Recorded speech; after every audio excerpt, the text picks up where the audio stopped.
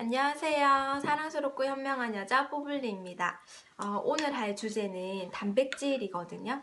근데 보통 단백질이 엄청 흔하고 많이 먹는다고 생각하죠. 그쵸.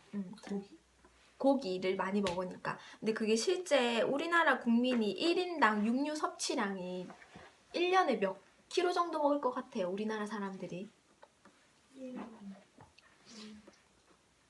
양심에 손을 얹고 무려 63.5kg 정도 먹어요. 1년에. 진짜 많이 먹죠. 이게 진짜 아시아에서 최고 수준이래요. 우리나라 사람들이. 그러니까 당연히 난 단백질 섭취량이 부족하지 않을 거야 하는 생각을 되게 많이 하겠죠. 근데 너무 신기한 게요. 60세 이상 노인 2명 중에 1명은 단백질이 부족한 증상을 가지고 있어요. 되게 아이러니하죠. 많이 먹는 것 같은데. 왜냐하면 단백질이 진짜 많이 먹어도 몸에 축적이 안 되거든요. 그 말은 즉시 매일 먹어야 되는 거죠. 그러니까 단백질에서 얻을 수 있는 아미노산은 우리 몸에서 만들어지지가 않거든요. 그러니까 매일 먹어야 되는 중요한 필수 영양소인데도 불구하고 고기를 많이 먹어서 그렇지 사실 단백질 섭취량은 굉장히 적거든요. 그래서 오늘 주제를 단백질로 잡았어요. 그래서 참고하는 책은 저번에 오메가3 참고했던 소책자 단백질 편으로 같이 하도록 하겠습니다. 페이지는 8페이지고요. 우리 몸에서 제일 많이 차지하고 있는 것은 물 다음에 많은 게 단백질이에요. 근데 물 다음에 많다는 것은 그만큼 차지하는 중요한 비중이 높다는 거겠죠. 너무 중요하거든요. 그래서 일단 단백질이 하는 역할이랑 같이 다 알아볼 건데, 일단 단백질은 우리가 단백질 이렇게 섭취하는 게 아니고 단백질을 섭취를 하면 몸에서 아미노산 형태로 바뀌어가지고 몸에 흡수가 돼요. 근데 지금까지 밝혀진 현재 지구상에서 존재하는 아미노산의 개수는 지금까지 밝혀진 개수가 어느 정도 될 것 같아요? 공부했는데 20가지 20가지 정도 돼요. 근데 보통 우리가 단백질을 먹어야지 이렇게 해가지고 딱 보면은 12가지 아미노산이 구성되어 있고 5가지 정도 아미노산이 함유되어 있다 이렇게 얘기를 하잖아요. 근데 20가지가 진짜 중요한 이유가 있어요. 20가지가 다 있어야 돼요. 왜냐하면 우리 예를 하나 들어가지고 내가 어린아이들 갖고 노는 레고 있잖아요. 레고가 20조각 있는 거하고 12조각 있는 거하고 만들어낼 수 있는 완성품이 개수가 차이가 엄청나게 많이 나죠. 이게 20가지 아미노산이 조합이 돼가지고 정말 많은 역할을 하거든요. 그래서 20가지가 다 있는 게 정말 중요해요. 어떻게 결합을 해서 어떤 아미노산으로 어떤 요소 조합을 할지 모르기 때문에. 그래서 역할을 한번 볼게요. 일단 단백질이 하는 역할. 우리가 상식적으로 단백질 하면 몸에서 어떤 일을 한다고 생각하고 있죠? 근육. 근육을 제일 많이 떠올리죠. 손톱머리카락. 우리가 보통 뭐 운동하는 사람들 좀 보면은 단백질 챙기니까 근육 정도 생각을 하는데 사실 단백질이 하는 역할은 진짜 많아요. 만능. 일단 첫 번째는 근육하고 결합 조직 등 신체를 그냥 구성하는 성분 그 자체예요. 그러니까 물 다음으로 많겠죠. 많은데 근육이 어떻게 생기냐면요.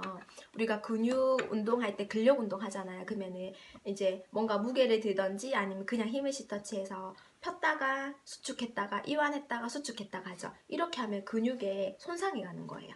그러면 내 몸이 손상이 갔어. 가만히 안 놔두겠죠. 얘를 고치려고 하는 재생 시스템이 돌아가는 거예요. 그러면서 근육이 생겨요. 더 강하게. 다음에는 손상되면 안 되니까.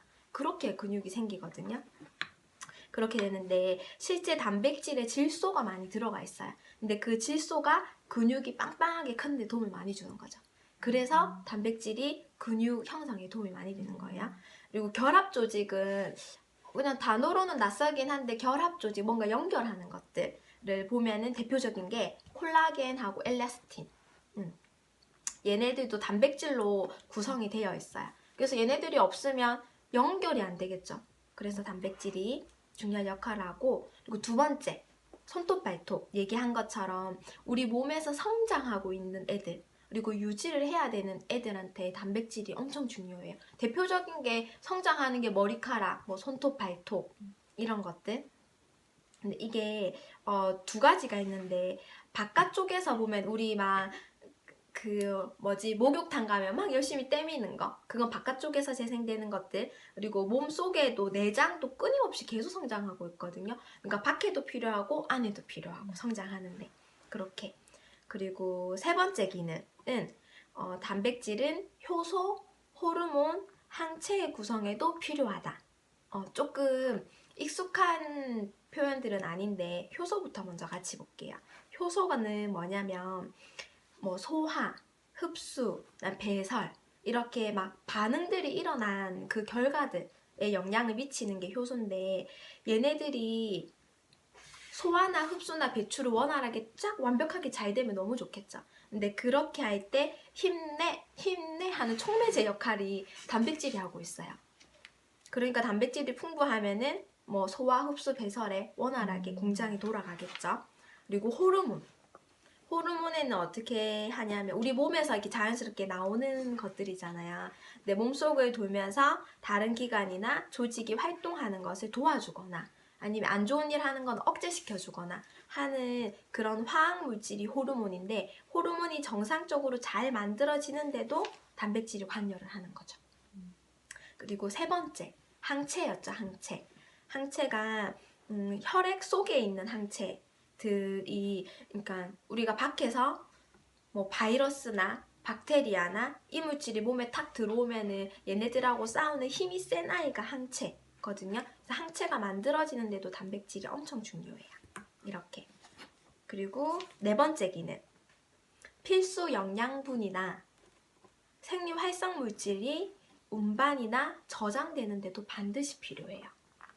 운반이나 저장. 필수 영양분은 뭔지 알겠죠? 어쨌든 몸에 들어온 영양소들이 운반이나 저장될 수 있게끔. 생리 활성 물질은 뭐냐면요, 항산화 작용, 해독 작용, 면역 기능, 호르몬 조절 작용, 항균 또는 항바이러스 작용을 통해 노화를 지연시키거나 각종 생활 습관병을 예방하는 물질이에요. 생리 활성 물질이. 얘네들이 필요한 곳에 잘 전달이 돼야 되겠죠. 우리 저장이 잘 돼야 필요할 때 꺼냈을 거잖아요. 그럴 때도 단백질이 진짜 중요한 역할을 해요.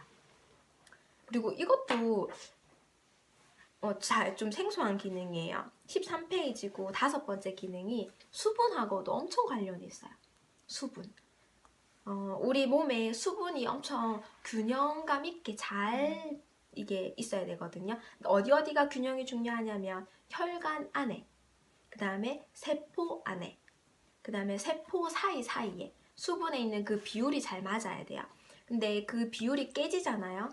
그러면 우리 물 진짜 많이 마시는데도 건강하지 않은 사람들 있죠. 소용이 없어요.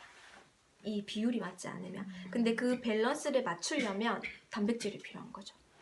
엄청 중요하죠. 그 다음에 6번째는 단백질은 우리 혈액, 몸속에 흐르는 액체죠. 액체 전부 다 산염기 균형 유지에 도움을 준다 라고 얘기를 하는데, 몸 안에 흐르는 액체가 혈액 말고도 보면 방수액, 뇌척수액, 흉수, 눈물, 침, 쓸개즙, 양수, 얘네들이 pH를 유지하는 데도 도움이 진짜 많이 돼요. 우리 혈액의 pH는 7.35에서 7.45 정도로 유지가 돼야 돼요.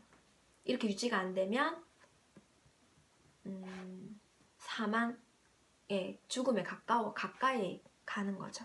몸이 산성화되면. 그리고 마지막 7번째 기능은요, 포도당과 지질을 합성해서 우리 몸에 에너지를 주는 역할도 단백질이 하고 있어요.